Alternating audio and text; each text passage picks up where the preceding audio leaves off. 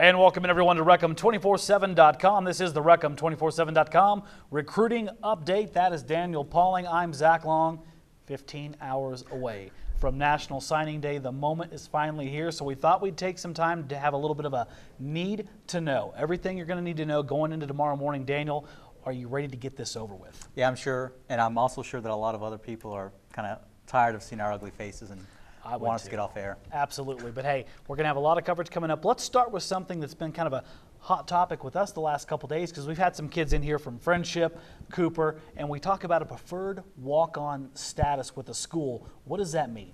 All right. Well, kids who will be signing their national letter of intents on Wednesday, those are scholarship athletes. Preferred walk-ons are guaranteed a spot, guaranteed, on the 105-man roster. They don't have to go through any sort of tryouts. They just show up the first day of training camp, and then they get sent to the scout team, or they get destroyed, or whatever it is that they do over there. But those kids, they do have a good opportunity to earn a scholarship eventually. I think we saw John White, we saw Brad Pearson earn a scholarship throughout his career, but we also saw a guy like John White, who's made contributions to Tech, come and step in out of that out of that walk-on role. Absolutely, and you saw a lot of touching stories across the country, especially this year, of people awarding walk-on scholarships a couple years into their tenure. They're highly respected by their teammates, and these kids have a shot. And that's, if you haven't watched Daniel's interviews with Friendship and Cooper athletes, go watch it, because it means a lot to these kids to get this opportunity. So if you hear preferred walk-on tomorrow, that's what it means. As for signing day, on its own accord here, when does the gun fire? When can these kids sign a letter of intent and get it on a fax machine? Well, it's 7 a.m. at the local time of their wherever they live. So a kid on the East Coast can sign at 7 a.m., which means here in the Central Time Zone, it's starting at 6 a.m. On the West Coast, it's starting at 4 a.m. for those kids. So that's a little bit early to be awake, but yeah, it's going to be 7 a.m. your local time. So even a guy like, if he's coming out of Hawaii, it'll be about 11 a.m. or so here. But that's going to be nice and early for them. Now, it doesn't mean they have to sign at 6 a.m. local time. A lot of them have ceremonies at their schools, and they rightfully can have those. They've worked hard there for 4 years. So some of them come in a little later. But I imagine you'll start getting nervous around 2, 3 o'clock if you haven't seen one of your expected letters of intent roll across the old fax machine, which is still kind of crazy to me that in this age of technology, we're still using fax machines to get letters of intent across. If it ain't broke, don't fix it, right? Exactly. I think what they're worried about is cyber security and what things could go wrong with the national letter of intent, mom and dad signing it and all that good stuff. All right, Daniel, how many kids do you think Texas Tech is going to sign tomorrow? Well, right now there are 18 kids, 17 hard commits, and then Braden Fajoko, who's early enrollee. I think they have 24 spots available for this recruiting class. I think they add maybe 3 or 4 guys tomorrow. A couple of guys to look after is 3-star wide receiver Jarvis Baxter, 4-star offensive guard Samisi Ulaave, and 3-star defensive back Jameel Johnson out of South Oak Cliff. I think those 3 guys will give a boom tomorrow throughout the day, but we'll kind of see how that goes. You know, if you have 23 or 21 or 22 guys, I think that's kind of what they were looking to add, and then maybe they get one guy over the summer, like a Sam Otoye last summer, who came to Tech maybe a week or 2 before preseason camp, decided not to go to Cal. If everything goes as expected tomorrow, where do you see this class ranking on a national level?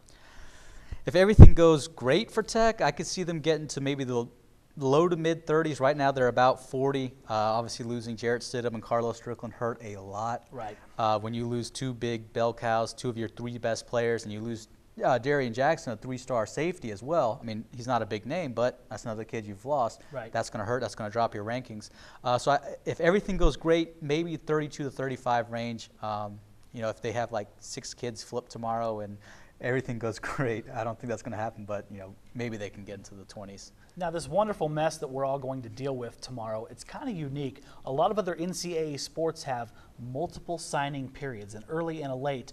Why do you think it is we're so locked in on early February for one mass signing for football? It's just, I don't know, it's just a great time to everyone kind of comes together. Their high school seasons are over. They've had a chance to visit schools in January, and they have the opportunity, all right, let's go ahead and sign on this day. Now, there might be an early signing period. People are pushing for that. Right. Maybe early to mid-December.